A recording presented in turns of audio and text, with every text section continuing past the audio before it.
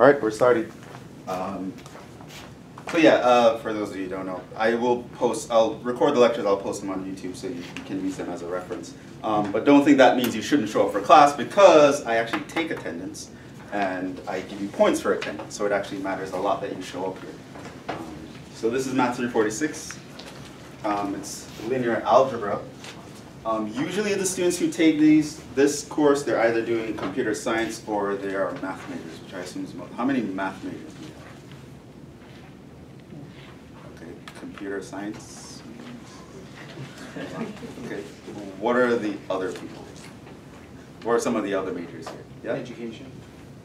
And you need this. To teach math. I have my opinions about the education. It's so crazy. And you're doing math education? Yeah, I'm trying to get into that school. Personally, what I tell people, it's not something against him, it's something against the program. If you look at the courses you need to take for a math education degree and the courses you need to take for a math degree, they're actually not that different. So you have to do some really serious math courses like 346. Whereas if you go to teach high school or middle school, it's going to be you're never going to need this. Personally, I think to get like an actual degree in mathematics, you need to probably take one, maybe two more hard courses. To me, it's kind of worth it to just do that, because in certain circles, I think if you tell someone, "Oh, I have a degree in math education," versus, "Oh, I have a degree in math," they kind of look at one as being not as difficult as the other, when really they're just as difficult. So from a cultural perspective, I probably would major in math before math education, but that's it. What other majors are here? Yeah? Engineering. Which one? Civil. You're probably in the wrong class. No, I'm doing a minor in math. Oh, did you already do 392? Yeah. Okay. So 392 is the one that you would need to take for civil, and this might count for the minor, but you should be aware that you won't get all the credit, right? So if it's a 3-credit class, I think you only get 2 if you're doing both of them. Any other majors? So it looks like it's mostly computer science, then math people, and then you have a couple. Okay, all right. Okay, that's good to know. So I'm going to ask you guys to fill out a questionnaire at the end of the day, so I can actually do a tally of all that and stuff. It's going to be anonymous, but I really kind of want to know the demographics of the course here. So as I said, it's Math 346. My name is Jhevon. I will be your instructor. That is my email. You need to contact me here. So for example, office hours are by appointment, so if you ever need to speak to me, you should actually email me here, try to set up an appointment. More than likely this semester, because I'm also teaching elsewhere, this is actually my 6th class today, believe it or not. So I don't even know if I'm speaking English right now or gibberish, but hopefully you guys are understanding me. So if you actually need to meet me, more than likely this semester, it would be on a Thursday that I would be available. So I had a class right before this, so you can't meet me right before this. And by the time we end this, it's almost 8 o'clock. I'm not going to stay back and have a whole office hour. But Thursdays is probably when I'd be able to meet with you. But you need to actually email me and let me know to kind of come in early on Thursday. This is my website. So that's actually very important for this class. So this is Math 346. Hopefully this shows up. Let me try to do it differently. Okay, it's not much better. Go to website. Right? What you want to do is you will see a heading that says Spring 2018 classes. And below that, you will see this class. I'll say this is for my Math 346 students, click here. Right? So you go there, I'll be posting important things regarding the class. So for example, a PDF copy of this syllabus is also there. So if you lose your copy, you can pick it up there. As well as I'll be posting problems for review there. If I give you a quiz or an exam, I'll post the solutions there. Any important announcements I'll post there. Any handouts I give in class, I'll also post an electronic copy there. So it's a very important resource to have. Our textbook is Howard Anton Elementary Linear Algebra. But strictly speaking, you don't really have to buy it. because one, I'll be telling you everything you need to know, and two, the homework that you're submitting to me is not from Anton. So I do have suggested problems from Anton though, so if you can get your hands on a copy of the book, it'll be nice for you to practice these later on, but these are only suggested. And that's the Math 346 website. You'll find past math finals and a little bit more information about the course there. That's the math department website because it's important for you to have it. Here are some supplementary resources that I think might be beneficial to some of you, especially those of you who are in computer science. Probably number 3 would be, if that's still available or a round of that is about to start, I would highly recommend you look into option 3. So it's a course that's online that you can actually do programming with linear algebra, so it like expose you to some programming while doing linear algebra. For those of you who are not that good at proofs, option 1 will be nice for you to do. So if you haven't really done a proofs class or so on and so you're not sure how to prove things, we are going to be proving things in this class, and I'll talk a little bit about how to do that. But it always helps to have an extra resource. The other items are other possible textbooks. So 2 is another textbook that's a very common textbook that's used, as well as Axler and Trail. Also, I think a couple of other classes are using a book by Strang, I think. So you might want to, or Lang. You can look up other linear algebra sources there, as well as online. Item 6 is an interesting article. It is showing you one application of linear algebra. There are many applications. But this is an article particularly about Google and how its search engine operates. It turns out it operates on matrices, which we'll be learning a lot about matrices in this class. So you can actually see how linear algebra is used in the real world. This course is not really going to focus a lot on applications. I'm really just going to tell you how to use linear algebra. But if you want to actually see how it can be used, go through this online course where you're doing programming, read articles about it, and these are just some of the things that might interest you. So calculators are not allowed in the course, but of course on homeworks and quizzes you might use them. Here's my grading chart for this class. You'll notice that it's kind of a strange grading chart. So some things are actually moved down by 10% lower because it's a more difficult class. It's a non-trivial math class. It won't be like your calculus class, which, oh, if you just practice enough, that's all it takes. It's going to require more maturity than that. So I actually lowered some of the bars a little bit. So if you get above an 80, you're already in the A territory, which usually you'll need to get 90s to be in that territory. As far as the specific grade breakdown is concerned, that's at the bottom of this page. Final exam is still 40% of your grade. That's kind of departmental policy here. Their final exam should be 40% or higher. But there are other grades that are involved here. So quizzes, I will be giving weekly quizzes. We won't have one today, which it's kind of weird. I'm kind of known for giving quizzes on the first day, but I decided not to give one today because it'll be kind of weird. So quizzes, 15% of your grade. Homework, you will be submitted online, so I will tell you how to do that here. Participation, which is attendance, you'll get 5% for that, as well as in-class tests that you get 30% for that of your grade. So I plan on giving 4 tests and I'll drop 1. So you can roughly think of each test as counting for 10% of your grade. Moving on.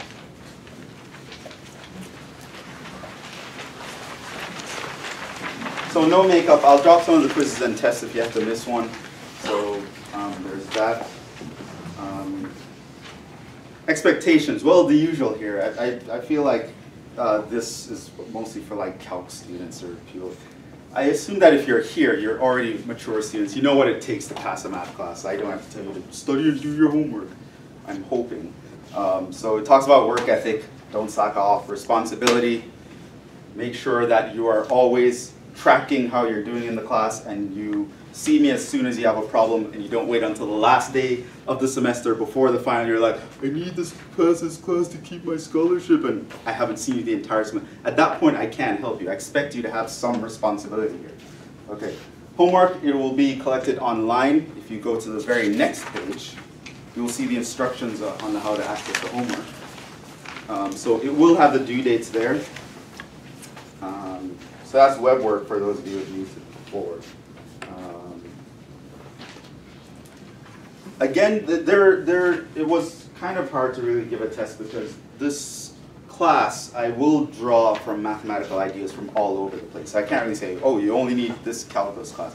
I'll take examples from all over the place. I might take from geometry, from calculus, from statistics, wherever. It can come from anywhere because linear algebra is very widely applicable.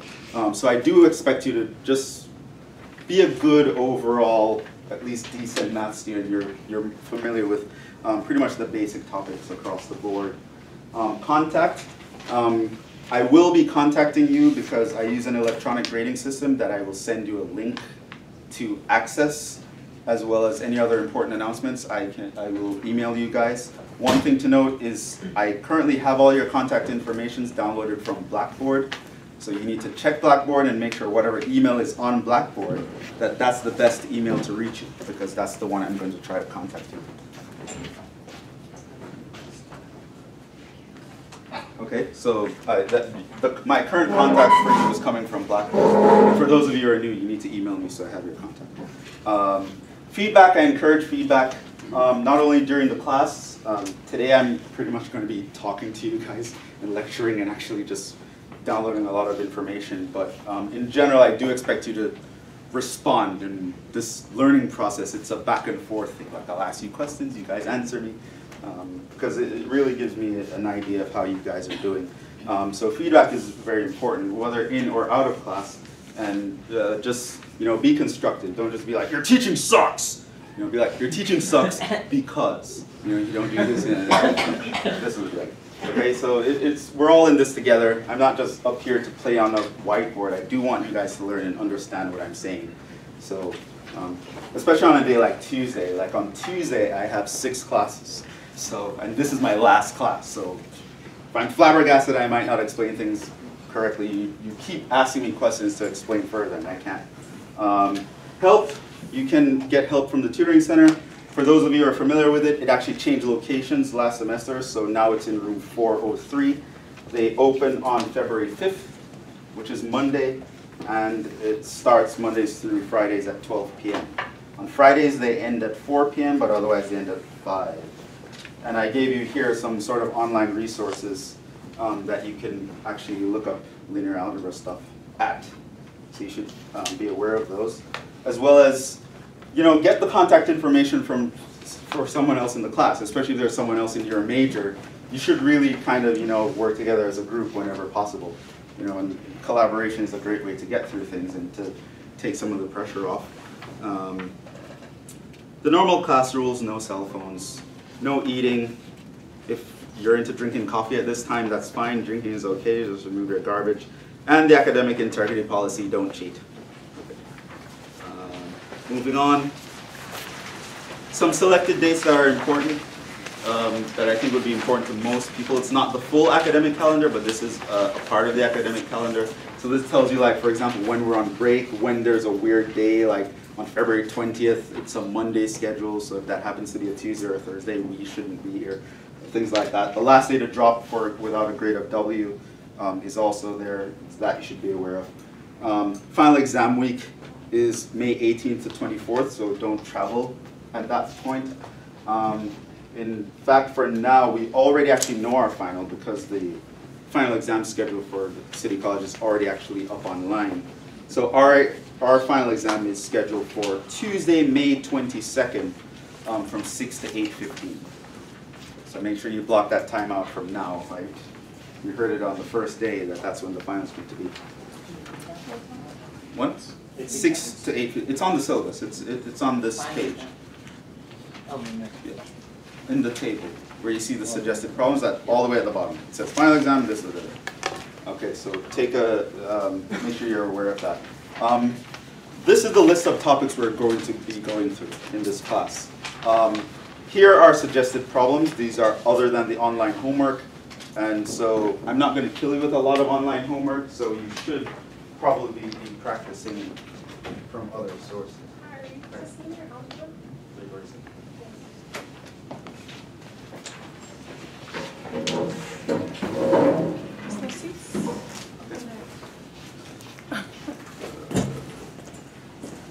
Or is it chair?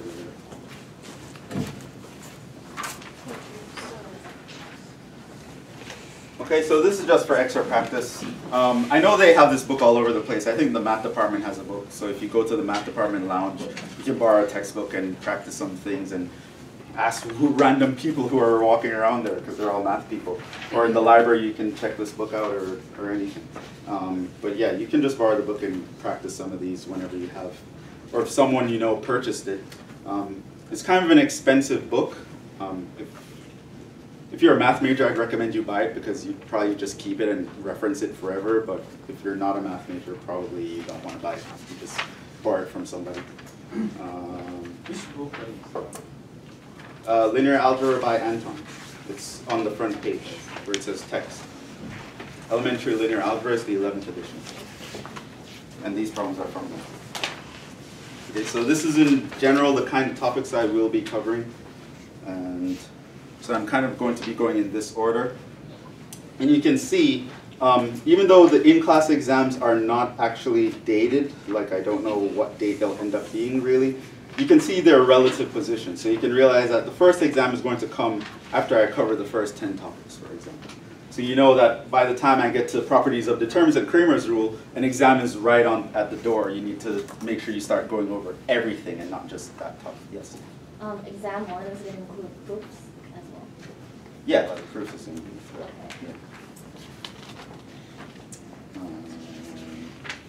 Yeah. The last page is a questionnaire. Like I said, it's anonymous, so you don't have to like put your name or anything, just to get a sense of the demographics here. So you can fill that out, and then when you're done, you just attach it, and you hand it to me at the end of class.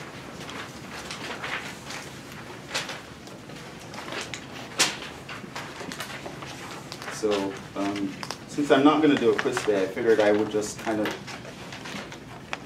talk to you about some things, kind of set the stage here for what we'll be doing and kind of how I expect you to think of some things and some things you should be aware of, I guess. So let's actually just set the stage of it here.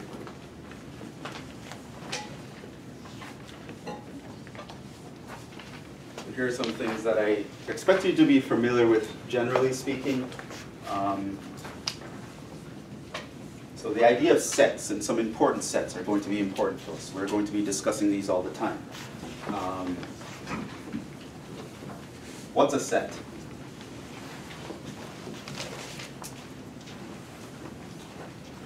Yeah? It's like a collection of numbers. It's a collection of, we'll think more general, right, of objects, right? Objects in quotations, meaning they can be very broadly generalized. They do not have to be numbers, but it's a collection of objects. Okay. Let's talk about some notations for sets.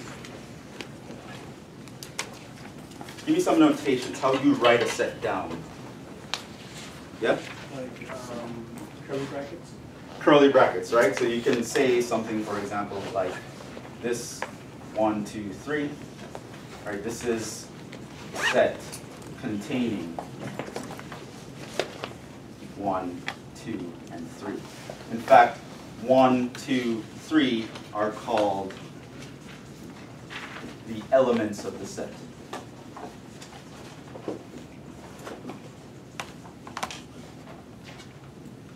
So you have that idea. And we can write,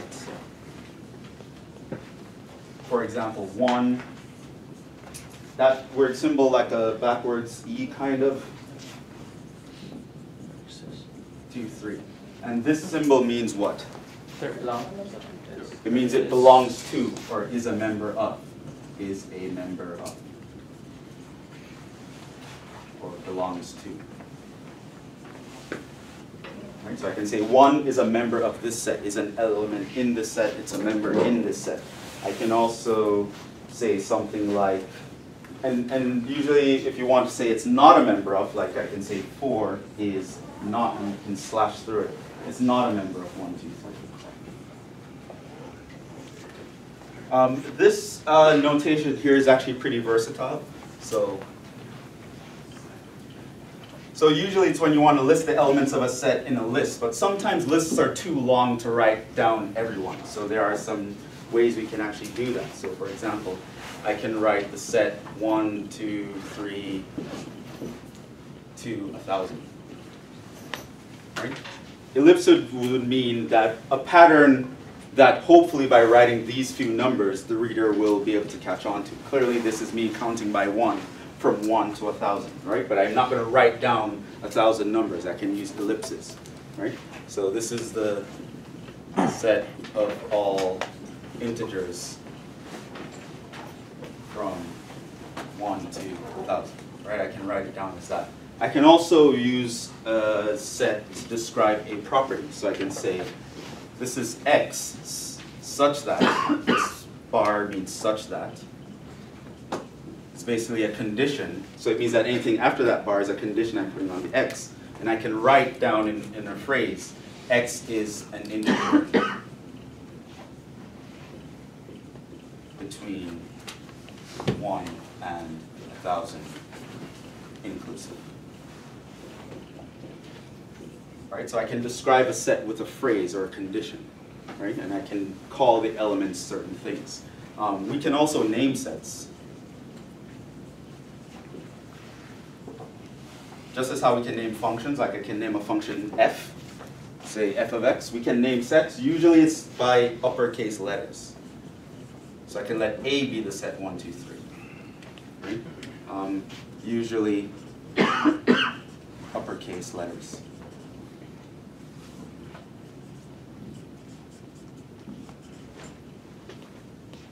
So I can actually name the set. And then, for example, if I'm writing a proof about this set, you'll know that every time I write capital A, I'm talking about the set that contains 3 elements.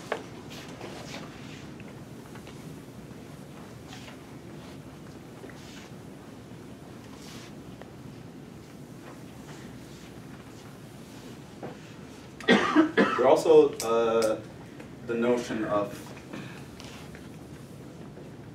subsets.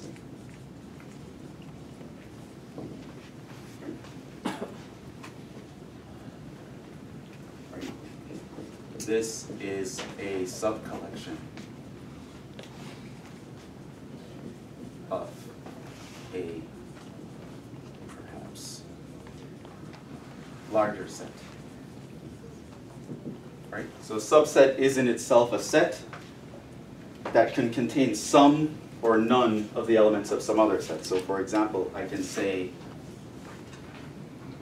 my A is the set 1, 2, 3. My B is the set 1, 2, all the way up to 1,000. It would be correct for me to say that A is a subset of B, and that is the notation that I would use. This symbol here means subset, meaning all the members of A are also members in B. You write a bar between it if equality is possible, right? So it's kind of just like less than equal than, greater than equal than. And it's not necessarily equal, but you should think of equality is possible. It could be the exact same set, but we might not know. It's also true that B is a subset of itself.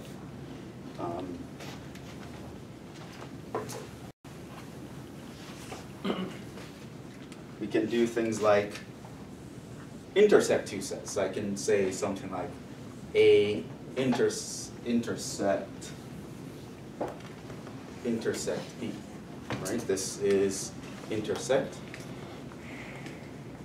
You can also think of it as and. And this is just the set of elements in both A and B at the same time.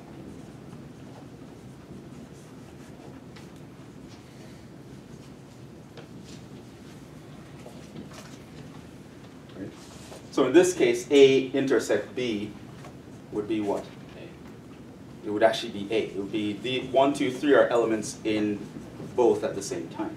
There's also, we can call the union, A union B. This is read union. You can also often think of it as OR. So this is the set of elements in A or B.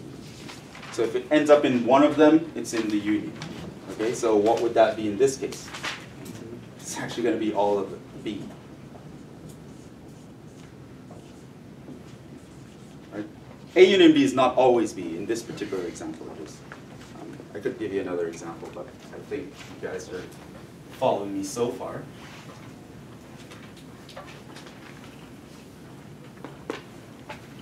There are also some important sets that I will expect you guys to know about.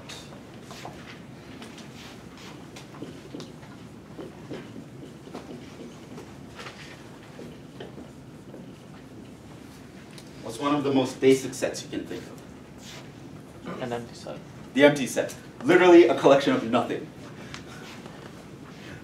Right, so one, there's what we call the empty set.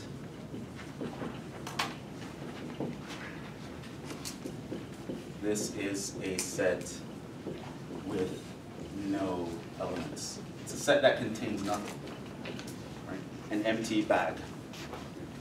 You take something like graduate set theory, this is where you start. You pretend in the universe there's an empty bag somewhere, and you literally build up all of mathematics from an empty bag. But that's another time. That's not what we'll do here. On the notation is you either put this symbol, which is more commonly used, or sometimes people write these squiggly brackets but don't write anything in it. And this would mean to be the empty set. Another thing that you can note about the empty set is a subset of any other set. So given any collection, I can always take a sub-collection by not selecting anything in that collection. Other sets that are important. Things like boldface R. What does that mean? This is a set of real numbers. Right, this is a set of all the guys on the number line, all possible decimal expansions. We can also talk about the set of boldface Z.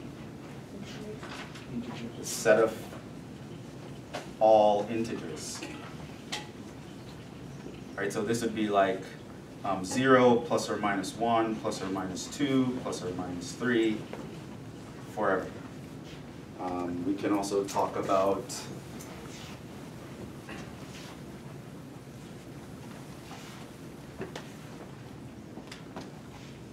the set boldface Q. What's that? Set of rational numbers. Right? Rational number is just a fraction, so it's the set I can describe it as A over B such that A and B are integers, but B is not 0, because you can never divide by 0. So I can list all the fractions in such a set. It's also an infinite set. Well, all these sets have been infinite so far. There's boldface N. What is that? Natural. Those are a set of natural numbers.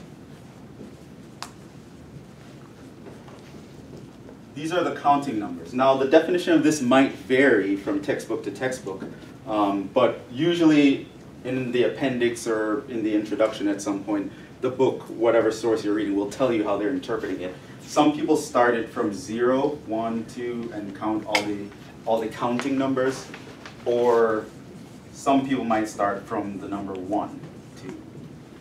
Right? So the difference is 0 is sometimes included, it's not included. It kind of depends on the source you're reading.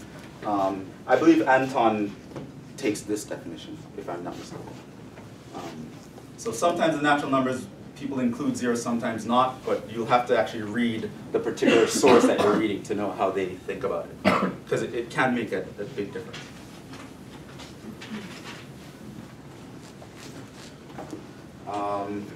Another set, C. What is C? Set of complex numbers. How can you describe that set to me? What would it look like?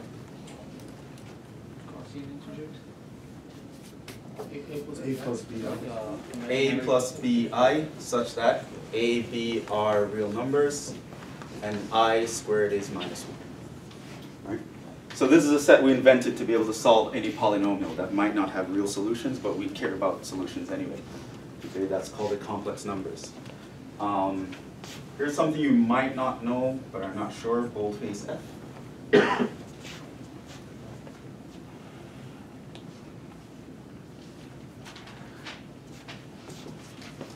So that's just a fancy way of saying R, or C. So there are some times in a theorem, there are some things that will only work for real numbers but not complex numbers, some things that will only work for complex numbers but not real numbers, but there's a bunch of things that actually work for both. And a common notation to say, well, it doesn't matter if you're working in the real numbers or the complex numbers, this statement is true. A lot of times books will use the letter F. Another common thing is to do like this squiggly F. And that kind of represents, now this is a little bit of abstract algebra, we're not really going to use this here, but something that's called a field. Now if you wonder what a field is, the most basic example that you know of a field is probably the real numbers, right? So a field is literally any set of objects where you have an operation of addition and multiplication that they behave like the real numbers, meaning there's a distributive law. The operation of addition is commutative. It doesn't matter what order you have associativity, all these other properties. Yeah, you can divide in it, because division is actually a luxury. You can't always divide things. People don't usually realize that. There are some groups of elements or sets where division doesn't exist in that universe, right? So a field is usually a set that you have addition and multiplication where you can divide things. You'll understand, for example, that in the set of integers, that's not so easy, because if I take 2 divided by 3, it's not an integer anymore, no longer in the set. So division is a problem here. Division isn't a problem here. Okay, so this would be a field. Okay, so a field is just a set that behaves like the real numbers. In this course, we're mostly going to be working over a field, but it's mostly going to be R. I might mention F every now and then, but usually we'll be considering the real numbers. If I'm using a field or a set of scalars, we'll usually assume that they are the real numbers. Okay? So the scalar is elements of a field we call scalars. So when I say scalar, you can interpret it in a general sense of me saying this is an element of some field, but in this class, whenever I say scalar, it would just mean a real number, a constant.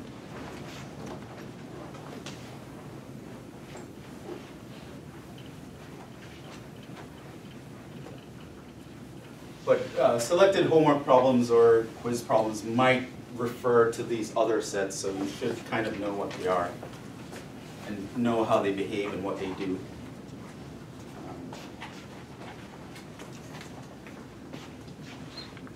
Let's talk about something else. Let's talk about functions. What's a function?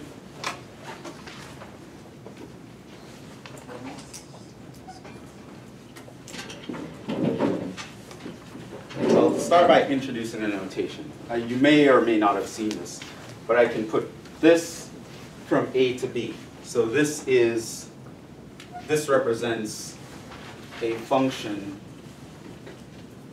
called f with domain A and codomain B. I assume for a function you know what a domain is. It's the set of all possible inputs, all the things that work in your function. The function itself, function is a rule that assigns to each and every element of A exactly one element in B.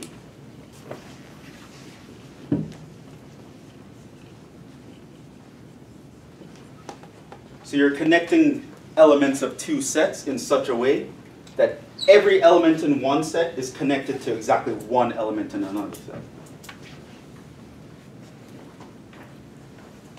Okay, and it's any rule that maintains that kind of relationship, we call it a function. Yes? Is codomain somehow different than range, or is it just the same? Yes, codomain is where we're coming, where our outputs live, but you think of range as a subset of the codomain. So I can think of something like, let's say my f of x is x squared plus 1, right? And I can think of it as going from the real numbers to the real numbers, right? This is something that you never really had to think of in lower level classes because it's usually very general.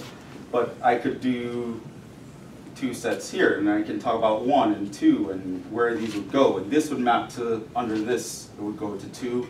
This guy would go to 5. This guy would go to 10. But there are numbers that would live out here in the real numbers that they don't get assigned, right? So we say they're not in the range. The group of elements that get assigned, these form a subset of the codomain that we call the range. Okay? And a function like this, if there are elements missed in the codomain, we say that this function is not onto. Right? Onto means that the range and the codomain are exactly equal. Okay? However, I could take exactly the same function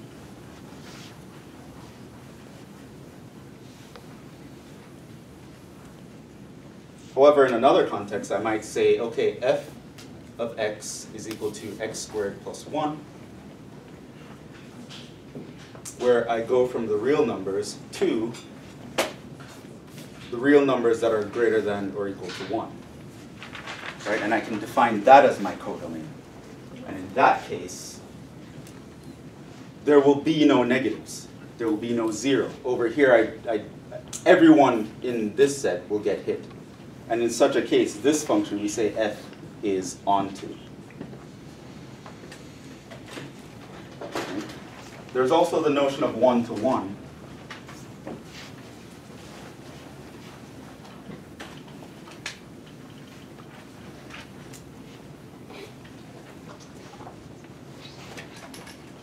F is called one-to-one if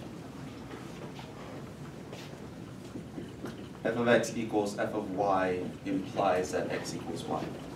Right? Meaning if the outputs are the same, the input must have been the same. Each input will each have a different output. Right? No two inputs will have the same output. That describes what we call one-to-one. You can have a function that's not one-to-one. This, for example, will be a function that for each person, it only assigns one person, but you can have one person that are assigned to several people. This is still representing a function, but it's possible for the output not to be unique to some people here. Right, so for example, y equals x squared is such a function. Right?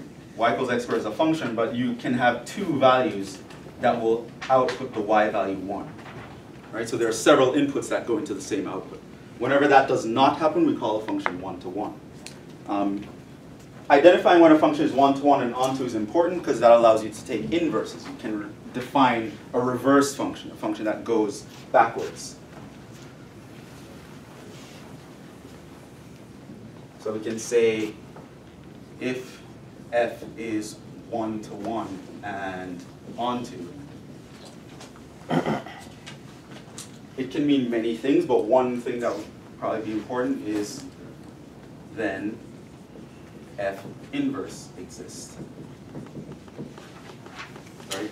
So given such a function f from a to b, f inverse is a function from b to a such that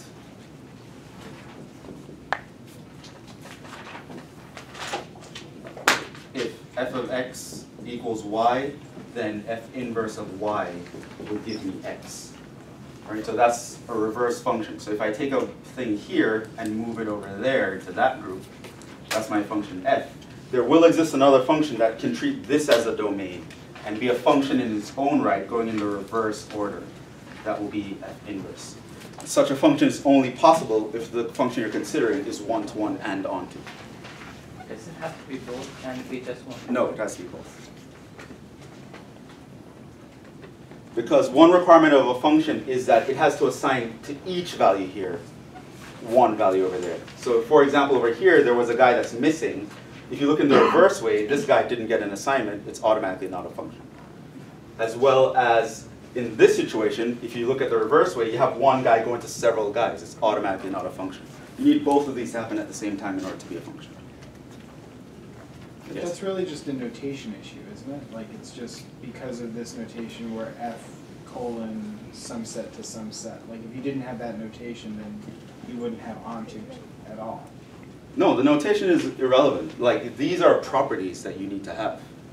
Okay. It has to be the case that each output is unique and all outputs are assigned to somebody in order to be able to define a reverse function.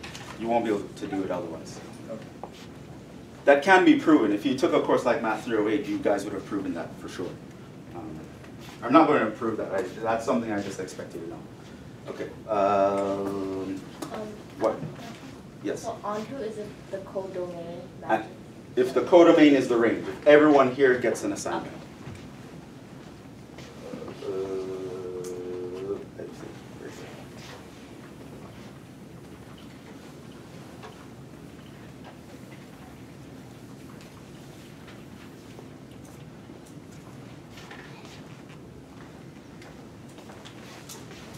Now, this is probably not something that you've studied formally, but it's something that you are kind of familiar with. And it is something that we're going to go over at some point. Something called a vector space. Now, you have seen examples of this, and you have worked with examples of this. Okay? Most notably, you might, whenever you hear the word vector, you might think, oh, Calc 3. And that is a good example of it. So, for example,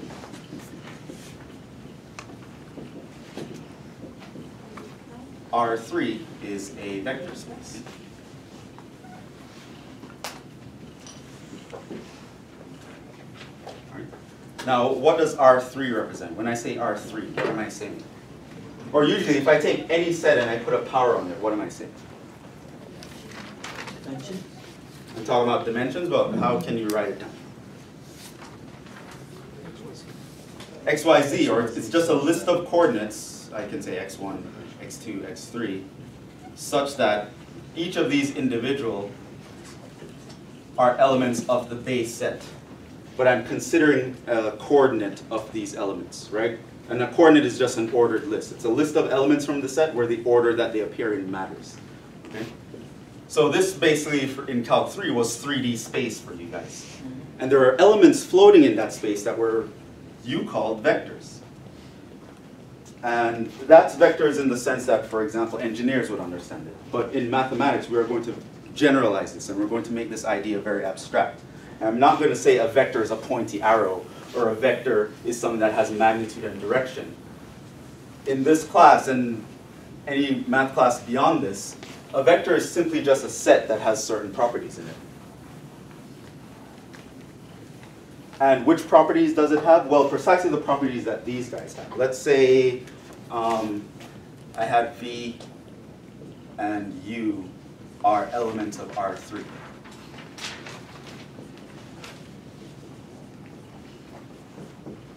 Then the following actually holds, right? For example, if I take V and I add to U, this is also an element of R3. Right? If I take two three-dimensional vectors and I add them together using the regular operation of addition on vectors, I get another three-dimensional vector. 2, V plus U is actually the same as U plus V. In other words, addition is commutative. It doesn't matter what order I add things in. It also happens that it's associative. Let me throw in a W here. If I have V plus U plus W, and I add these two first and then add the result to that, it's exactly the same as if I added the other pair first, like V plus U plus W. Right? That would be true of all the vectors that you studied in Calc 3. It's also true that there exists something that we call a zero vector.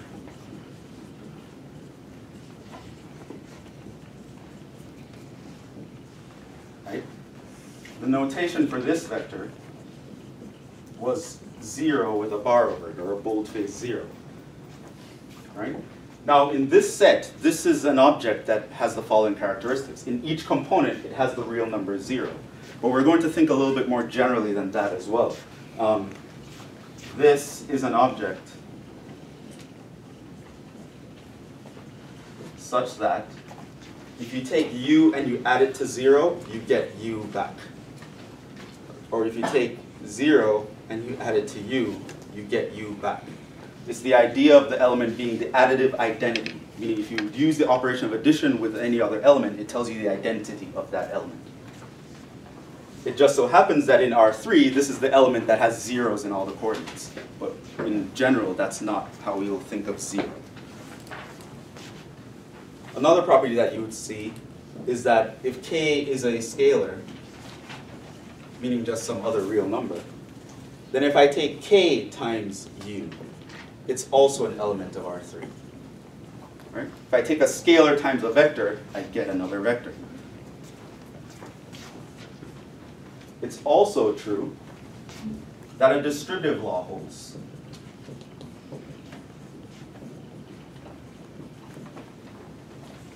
I can distribute scalars over an addition of vectors.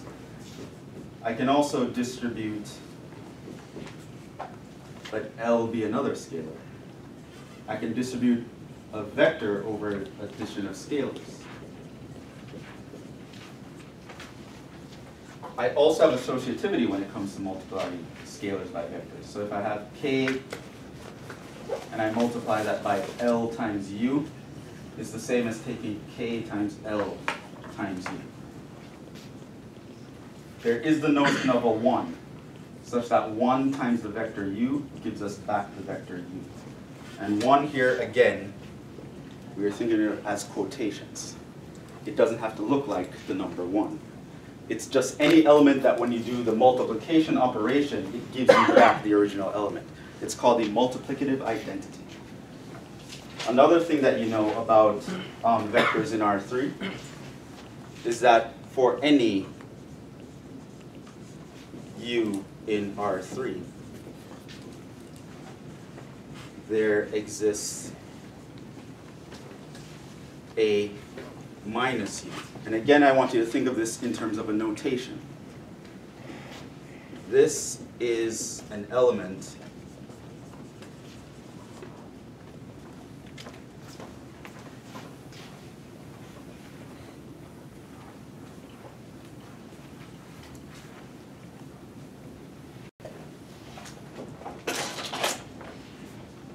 such that if I take u and I add minus u, the result is the additive identity. Every vector in R3 has that.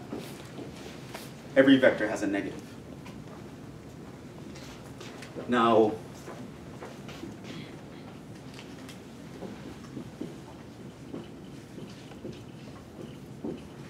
these properties can be generalized, is the point of what I was trying to say. I was very careful to choose my language in a certain way. To the point where I can say any set of elements with operations plus and times that has these properties. These 10 properties in particular is called a vector space. And it doesn't have to be literally vectors. Here's an example. The set of continuous functions formed a vector space. If I have two continuous functions, if I add them together, I get another continuous function. If I add them in either order, I get another continuous function, right? This clearly works if all of these guys are continuous functions. The function f of x equals 0 is a continuous function such that if I add any function to that function, I get the function itself, right? If I take any continuous function, I multiply by a number, the result is a continuous function. If I take two continuous functions, add them together, and multiply that by a scalar, it's a continuous function. This gives a continuous function. That gives a continuous function. The function f of x equals 1 is the function that satisfies the 1 property.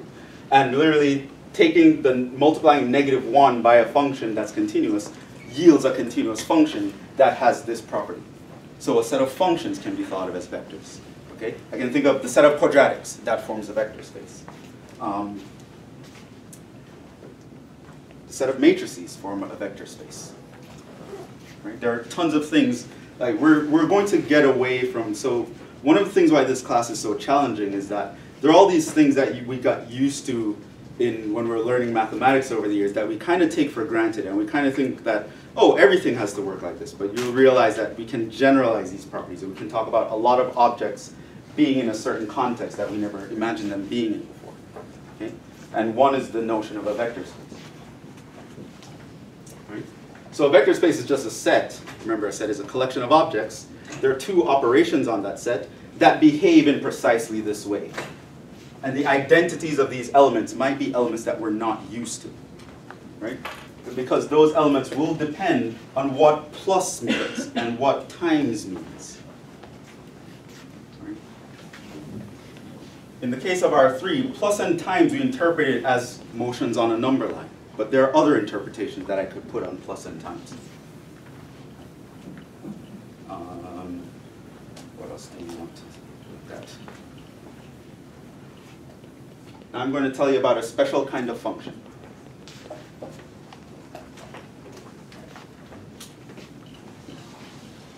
Let U and V be vector spaces. Right? So U and V are just two arbitrary sets. I'm not specifying a particular set, but they're two sets that have a bunch of elements and two operations that fulfill these 10 properties. Okay, they could be whatever. They could be R and R3 or R2 and whatever. They can be something. You can, for now, you can kind of substitute sets that you're familiar with to kind of understand what I'm talking about, but you want to slowly step away from that. Let T be a function from U to V. Right, so I'm taking a function from one vector space to another vector space.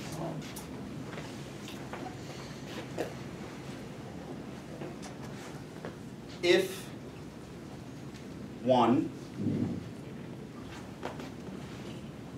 T of U plus V is equal to T of U plus T of V, and 2, T of a scalar times U is equal to the scalar times T of U,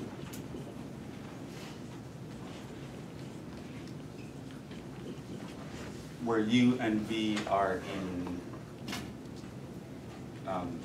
big U, then T is called. Does anyone know what such a function is called? So there's a function between these two sets, and it has these two properties. Union? No. What do we call such a function? Does anyone know? We're in new territory now, so if you don't know, that's okay. But I'm curious as to see who would know. Linear function. It's not called a linear function, because a linear function actually does not have that problem. A unit vector? No. Unit vector is just a vector with magnitude 1. Again, magnitude is now open for interpretation. It does have the word linear in it. It's called a linear transformation.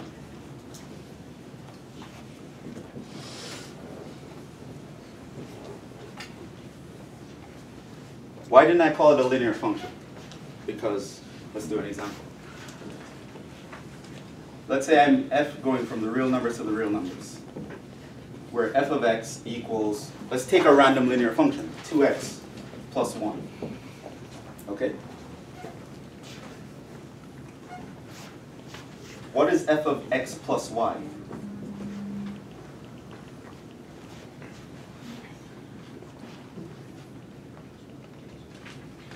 Now we're going back to algebra again.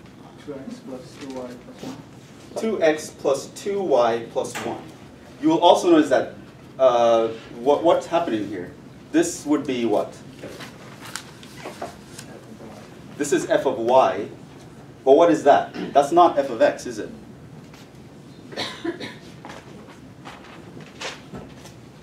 So not every line, not every linear function is a linear transformation.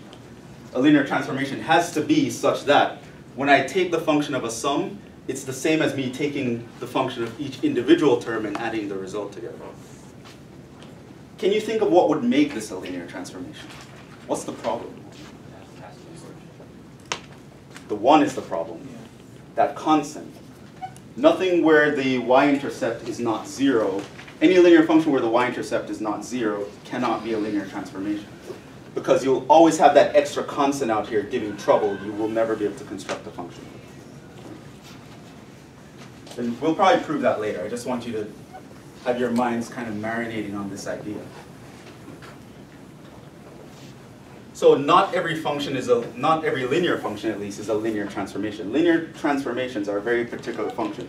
In particular, if we're talking about straight lines, they have to be straight lines that pass through the origin. They have to have y-intercept equals 0.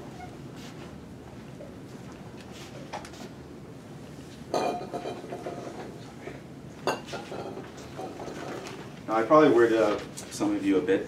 What was the point of this whole excursion? Here's the point.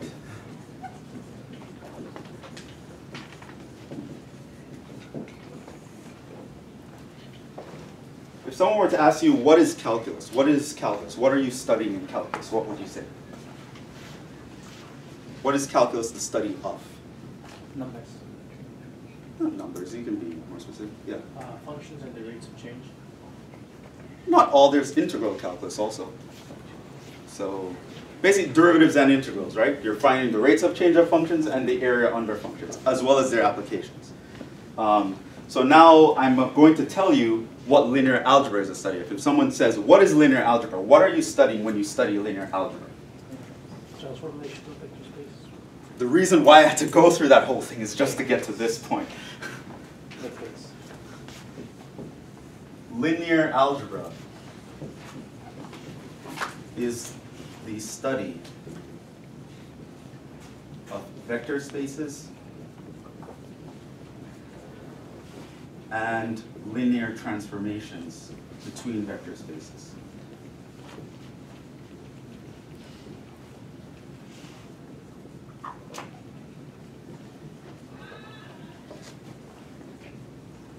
In linear algebra, that is all we are going to be studying. Now, this has many applications.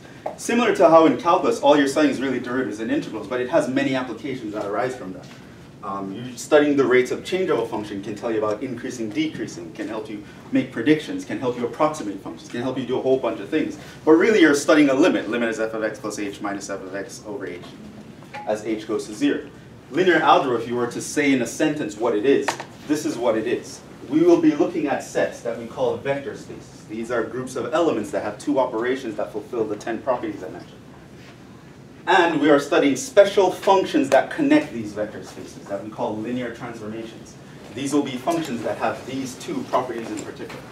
And not all functions will have those 2 properties. Right? So we're really, of all the possible sets out there, we're really focusing on one group of sets that we call vector spaces. And of all the possible kinds of functions, we're really only zoning in on one special kind of function. It's a kind of function that has these 2 properties. And whenever you study such sets and the functions that connect them, you say you are studying linear algebra.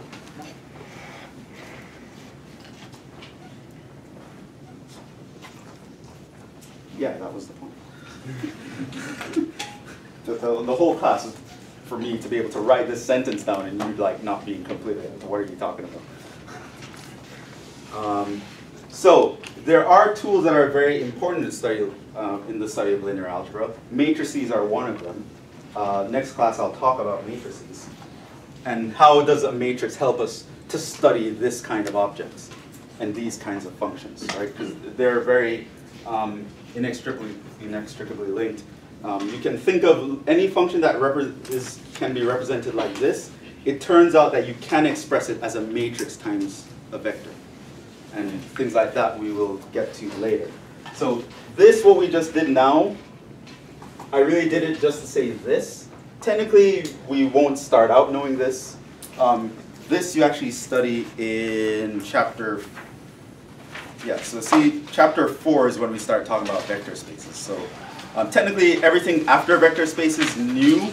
I don't really expect you to know it, but I just kind of want you to see kind of where we're going, what we're studying, what we're doing when we study linear algebra. You're really just kind of studying something very general. And I also want you to think big picture, not in terms of specific things. Like just because something is called a linear algebra, don't just think it means lines, for example. Right? It's not just any line. You have to be very specific.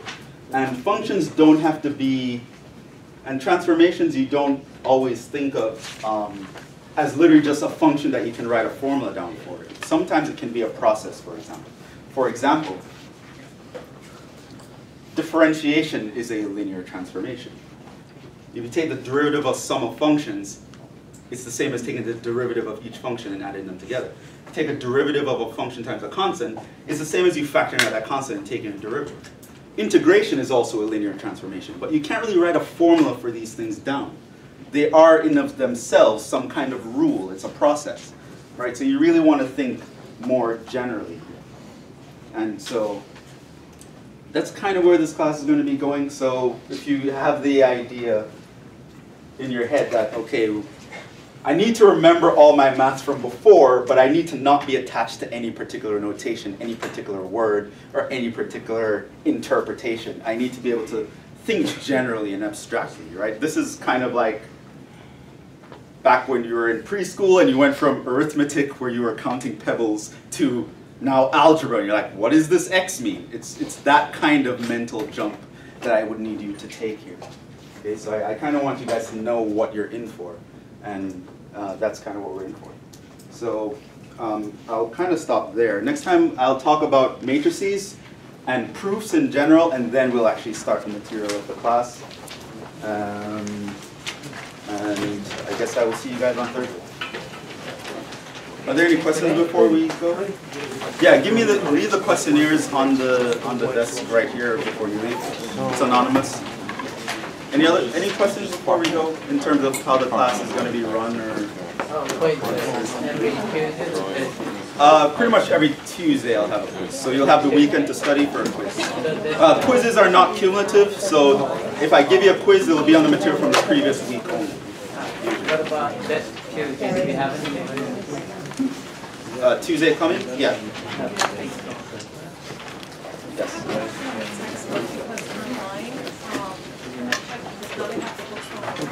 Yeah. I gave you, it's on the syllabus, but technically you don't have to buy it. You can get away without it. So if you're concerned about that, you can talk about it. But I think you missed the part where I was talking about that. So I also need to make sure I get corrected for attendance. So you need to. Any other questions?